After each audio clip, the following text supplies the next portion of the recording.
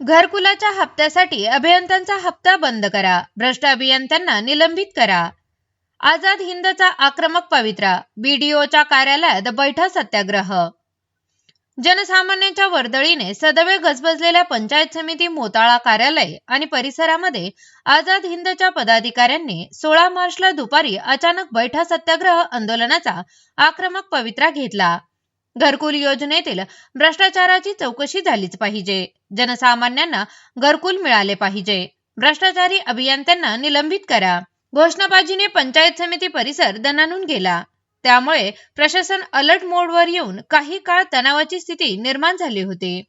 निवेदन तक्रार स्वीकारण्यासाठी घरकुल विभागाचे अधिकारी अभियंता उपस्थित नव्हते. त्यामुळे आझाद हिंदच्या वतीने गट विकास अधिकारी यांच्या दालनात बैठा सत्याग्रह आंदोलनाचा आक्रमक पवित्रा घेतला. गरीब निराधार नागरिकांसाठी शासनाने 2018 पासून आजपर्यंत पंतप्रधान आवास योजना, रमाई घरकुल योजना, पुण्यश्लोक अहिल्यादेवी योजना, यशवंतराव चव्हाण आदी घरकुल योजनांमध्ये हप्त्याचे पैसे देण्यासाठी 10 ते 15 हजार रुपयांचे भ्रष्टाचाराची मागणी संबंधित अभियंता करत असल्याच्या असंख्य तक्रारी गरीब नागरिकांच्या दैनंदिन प्राप्त होत आहे. गरिबांच्या टाळूवरील लोणी खाणाऱ्या गंभीर प्रकरणाची चौकशी करून संबंधित अभियंत्यांना निलंबित करावे, अन्यथा तीव्र आंदोलन करण्यात येईल असा इशारा आझाद हिंद शेतकरी संघटनेचे राष्ट्रीय अध्यक्ष ॲडव्होकेट सतीशचंद्र रोठे पाटील यांनी आंदोलनादरम्यान दिला आहे.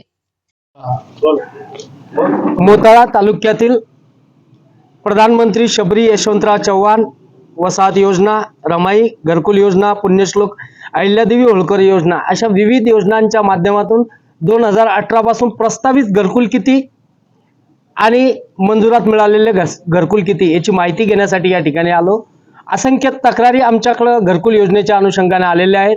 संबंधित इंजिनियर पैसे घेतल्याशिवाय हप्ते टाकत नाही, नावानिशी आमच्याकडे असंख्य तक्रारी प्राप्त झालेल्या आहेत. त्या तक्रारींची प्रत संबंधित विभागाकडे BDO साहेबांकडे देण्यात आलेली आहे.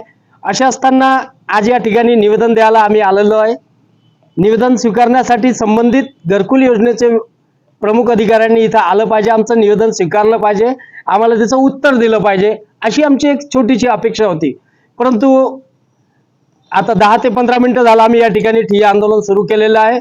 संबंधित अधिकारी जोपर्यंत या ठिकाणी येत नाही, चौकशी आमच्या समाधान करत नाही, तोपर्यंत आम्ही इथून उठणार नाही. या अनुषंगाने जिल्हा परिषद CEO साहेबांना आम्ही विनंती करतो की या भ्रष्टाचाराची चौकशी झाली पाहिजे, संबंधितावर त्वरित कारवाई झाली पाहिजे.